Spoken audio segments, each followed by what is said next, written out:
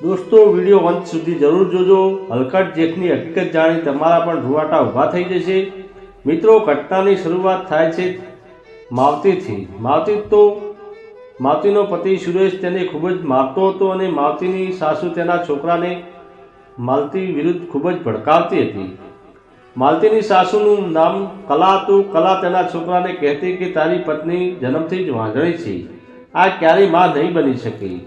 દીકરા, તું આને છોડી દે અને કોઈ બીજી સ્ત્રી સાથે લગ્ન કરી લે. કલાની આ જ વાતોને લઈને સુરેશ હંમેશા માલતી સાથે ઝઘડતો કરતો રહેતો હતો અને આજે તો હદ થઈ ગઈ, વટાવી દીધી. સુરેશે માલતીને ખૂબ જ મારી અને કહ્યું કે જો તું માં નહીં બની શકે તો હું તને છોડી દઈશ, બીજા લગ્ન કરી લઈશ. ત્યારે બાજુમાં બેઠેલો સુરેશનો ભાઈ એટલો કે માલતીનો જેઠ બાજુમાં ઊભો હતો, તેને નાના ભાઈની આ બધી જ હરકતો જોઈને ન શક્યો અને સુરેશને ખરી ખોટી સંભળાવા લાગ્યો. ત્યારે માલતીની સાસુ કલાએ માલતીના જેઠને ખીજાયા લાગ્યા અને કહ્યું કે તું શું કામ વચ્ચે પડે છે? તારી પોતાની તો પત્ની છે નહીં અને નાના ભાઈની પત્નીની તરફદારી શું કામ કરે છે? માલતીનો જેઠ ઉંમરમાં માલતીથી વધારે મોટો ન હતો, પરંતુ તે માલતીની ખૂબ જ ઇજ્જત કરતો હતો. માલતી પોતાના જેઠની આંખોમાં જે પ્રેમ પોતાના માટે જોતી હતી, એમાં પ્રેમ તેને સુરેશની આંખોમાં ક્યારેય દેખાયો ન હતો. જ્યારે માલતીના લગ્ન સુરેશ સાથે થયા હતા ત્યારે સુરેશ પણ માલતીને ખૂબ જ પ્રેમ કરતો હતો, પણ બાળક ન થવાને કારણે સુરેશનો પ્રેમ ધીમે ધીમે ઓછો થઈ ગયો. માલતીએ પોતાના પતિ અને સાસુના ખૂબ જ મેળા સાંભળ્યા હતા અને હોસ્પિટલ જઈને ચેકઅપ પણ કરાવ્યું હતું, પણ ખરાબી માલતીમાં નહીં પરંતુ સુરેશમાં હતી. પરંતુ સુરેશ આ માનવા માટે તૈયાર નહોતો. દિવસે ને દિવસે સુરેશ અને સુરેશની મા કલા માલતીને વધારે હેરાન કરવા લાગ્યા. છેવટે કંટાળીને માલતીએ કોઈ મોટું પગલું ભરવાનો નિર્ણય કરી લીધો અને તે રાત્રે પોતાના જેઠના રૂમમાં જતી રહી. માલતીનો જેઠ માલતીથી ખૂબ જ ઇજ્જત રાખતો હતો અને આ વાત માલતી જાણતી હતી. માલતીને ખબર હતી કે મારા જેઠ મારા પતિ જેવા નથી, એટલે તેણે આ મોટું પગલું ભરવાનો નિર્ણય વિચાર્યો. પરંતુ માલતી શું કરી શકતી હતી તે તેની પાસે બીજો કોઈ રસ્તો ન હતો. બધા જ લોકો સુરેશની જગ્યાએ માલતી પર જ આરોપ લગાવતા હતા અને તેને હંમેશા વાજણી કહીને બોલાવતા હતા. અને માલતીએ આ પગલું એટલા માટે પણ ભરવાનો વિચાર કર્યો હતો કે સુરેશ એ કહ્યું હતું કે જો તે માં નહીં બની શકે તો સુરેશ બીજા લગ્ન કરી લેશે. ત્યારે માલતી પોતાના જેઠના રૂમમાં હતી. માલતીએ પોતાના જેઠની સામે બધી જ શરમ અને મર્યાદા મૂકી પોતાના જેઠના પગમાં પડી ગઈ, રડવા લાગી. રડતા રડતા કહ્યું, જેઠજી, મારે એક બાળક જોઈએ છે, તમે કંઈક પણ કરો, મને એક બાળક આપી દો, નહીં તો મારો સંસાર બરબાદ થઈ જશે અને હવે હું વધારે માર ખાઈ શકું તેવી હાલતમાં નથી.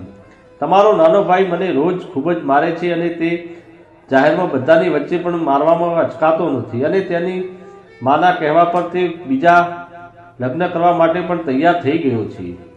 હવે હું આ દુઃખ વધારે સહન કરી શકતી તેમ નથી. હવે તમે મને મારી મદદ કરી શકો છો તેમ છો અને જો તમે મદદ નહીં કરો તો મારી પાસે આત્મહત્યા કરવા સિવાય બીજો કોઈ રસ્તો નથી. માલતીના જેઠે કહ્યું કે હું તારી શું મદદ કરી શકું? આમાં માલતીએ કહ્યું કે તમે કંઈ પણ કરો, પણ મને કોઈ વાંધો નથી, પણ મને એક બાળક આપી દો. જેઠે કહ્યું કે તમે આ બાળક જોઈએ છે તો શું તમારા પતિને વાત કરો, હું શું કરી શકું?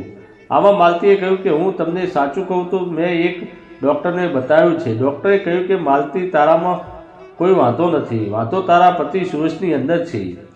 પરંતુ સુરેશ આ વાત માનવા માટે તૈયાર નથી. હવે હું શું કરું તો શું કરું? જેઠે કહ્યું કે બસ આટલી જ વાત છે. મિત્રો, તમે પણ આ વિડીયો જોવા માટે ચેનલને સબસ્ક્રાઈબ કરી દેજો. ચાલો વિડીયો આગળ વધારીએ. હું કાલે સુરેશ સાથે વાત કરી લઈશ, બધું સારું થઈ જશે. આટલું કહી જેઠ માલતીને સુરેશના રૂમમાં મોકલી દે છે. બીજા દિવસે જ્યારે મોટા ભાઈ સુરેશને મળ્યા અને બહુ સામાન્ય રીતે વાત કરતા કહ્યું કે તે મારી પત્નીને તારી પત્નીનો ઈલાજ કરાવવો છે, વાંધણી નથી, તેના રિપોર્ટ મેં જોયા છે, માં બનવાને લાયક છે, પણ તે તારો ઈલાજ કરાવ્યો છે. આટલી વાત સાંભળતા જ સુરેશ મોટાભાઈ પર વરસવા લાગ્યો અને કહ્યું કે મારા પર્સનલ વાતોમાં વચ્ચે બોલવાનો તમને કોઈ હક નથી. મને સલાહ આપવાની કોઈ જરૂર નથી. હું બિલકુલ સારો છું. હું નામર્દ નથી અને જો કોઈ કમી હોય તો તે મારી પત્નીમાં જ છે. અને જો આ વખતે તે મને બાળક ના આપી શકી તો હું તેને એટલી મારીશ કે તેને વિચાર્યું પણ નહીં હોય અને તેને ધક્કા મારીને ઘરની બહાર કાઢી મૂકીશ. આટલું કહીને સુરેશ ત્યાંથી જતો રહ્યો. પોતાના નાના ભાઈની વાત સાંભળીને મોટા ભાઈનો મગજ ખરાબ થઈ ગયું અને તે માલતીની ચિંતા કરવા લાગ્યા અને વિચારવા લાગ્યા કે હવે તે માલતીની મદદ કઈ રીતે કરી શકે. રાત પડી ગઈ હતી અને હજી મોટા ભાઈ કંઈ સમજી શકતા ન હતા. તે ચૂપચાપ પોતાના રૂમમાં જઈને બેડ ઉપર સૂઈ ગયો. રાત્રે જ્યારે માલતીનો પતિ સુરેશ સૂઈ ગયો ત્યારે માલતી ધીરેથી ઊભી થઈ અને પોતાના જેઠના રૂમમાં પાસે આવી. દરવાજો ખટખટાયો. અંદરથી અવાજ આવ્યો, કોણ છે? તો માલતીએ કહ્યું કે હું આવી છું, પ્લીઝ તમે દરવાજો ખોલી દો. પરંતુ મોટા ભાઈએ દરવાજો ખોલ્યો નહીં અને કહ્યું કે તમે અહીંયા શું કરો છો? અડધી રાત થઈ ગઈ છે, જલ્દી તમારા રૂમમાં પાછા જતા રહો. સુરેશ તમને અહીં જોઈ જશે તો ઘરમાં મહાભારત થશે અને હું નથી ઈચ્છતો કે તમારી બદનામી થાય અને એમ પણ હું રોજ તમાશા જોઈને થાકી ગયો છું. આટલી વાત સાંભળી ત્યાં માલતી દરવાજાની બહાર ઊભા રહીને જોરથી રડવા લાગી અને કહેવા લાગી કે એકવાર તમે લો મોટા ભાઈ, જેથી તેનું રડવાનું સહન ના થયું અને તે રડતી બંધ કરવા માટે દરવાજો ખોલી દીધો. માલતી તરત જ કંઈ પણ બોલ્યા વગર રૂમમાં દાખલ થઈ ગઈ અને અંદરથી રૂમ બંધ કરી દીધો અને કહ્યું કે ગઈકાલે મેં તમારી પાસે મારી ઇજ્જત તમારા પગમાં મૂકી દીધી હતી અને હવે તમે જ મારી ઇજ્જત બચાવી શકો છો તેમ છો. મને બાળક જોઈએ છે.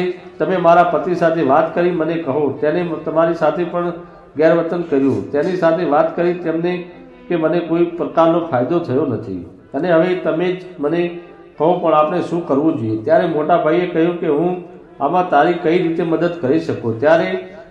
તારે બાળક નથી તેની ચિંતા તમારે કરવી જોઈએ. હું તેમાં કંઈ કરી શકું તેમ નથી અને જો તારે બાળક જોઈતું હોય તો તમે કોઈ અનાથ આશ્રમમાંથી બાળક લઈ ખોળે બેસાડી શકો છો. ત્યારે માલતીએ કહ્યું કે હું આ મા બનવાને લાયક છું તો હું બીજા કોઈના બાળકને શું કામ ખોળે બેસાડું. હું આ ઘર છોડીને જવા માંગતી નથી અને તમે મારી છેલ્લી આશા છો. મોટા ભાઈએ કહ્યું કે પણ હું શું કરું? માલતીએ કહ્યું કે તમે એ કરો જે એક પુરુષ સ્ત્રી સાથે કરે છે. જેઠે કહ્યું, શું મતલબ છે તારો વાતનો? માલતીએ કહ્યું કે મારો કહેવાનો મતલબ તમે સમજી જ ગયા હશો. બસ હવે તમે જ મારી મદદ કરી શકો એમ છો. આ રહસ્યને તમારા હંમેશા મારા હૃદયમાં છુપાવીને રાખવાનો છે.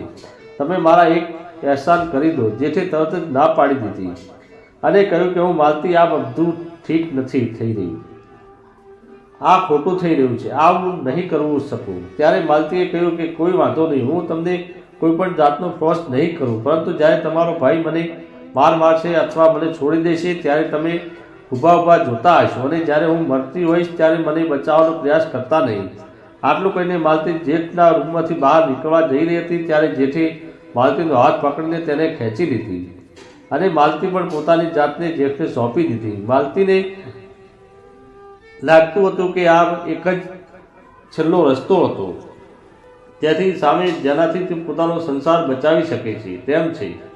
હવે માલતી તેના જેઠ સાથે પણ તે સંબંધ બનાવી લીધા હતા જે તેના પતિ સાથે હતા. માલતી આ સંબંધ ખાલી બાળક માટે રાખ્યા હતા, પરંતુ હવે માલતીને જેઠ ગમવા લાગ્યા હતા અને તેનું મન ભટકવા લાગ્યું હતું. હવે તે દરરોજ રાત્રે જેઠના રૂમમાં જતી હતી. થોડા દિવસો પછી માલતીને સુરેશને સારા સમાચાર આપતા કહ્યું કે તે મા બનવાની છે. આ સમાચાર સાંભળતા જ સુરેશની ખુશીઓનો માપ રહ્યો નહીં. તે પહેલાં જેટલો માલતીને પ્રેમ કરતો હતો તેટલો જ ફરીથી કરવા લાગ્યો.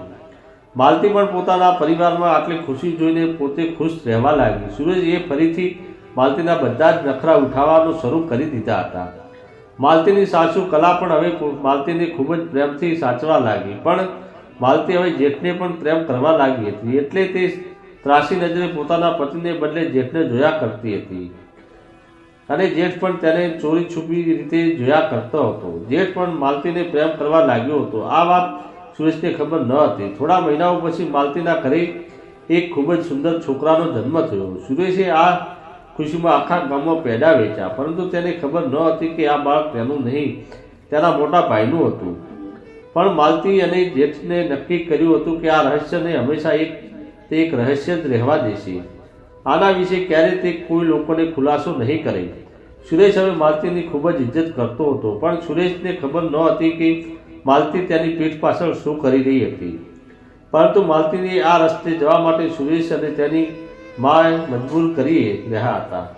પરંતુ માલતીની ભૂલ એ હતી કે તે આ ભૂલને વારવાર કરી રહી હતી. મિત્રો, તમને કેવી લાગી વાર્તા કોમેન્ટ બોક્સમાં જરૂર જણાવજો અને ચેનલને સબસ્ક્રાઈબ કરવાનું ભૂલશો નહીં. ધન્યવાદ.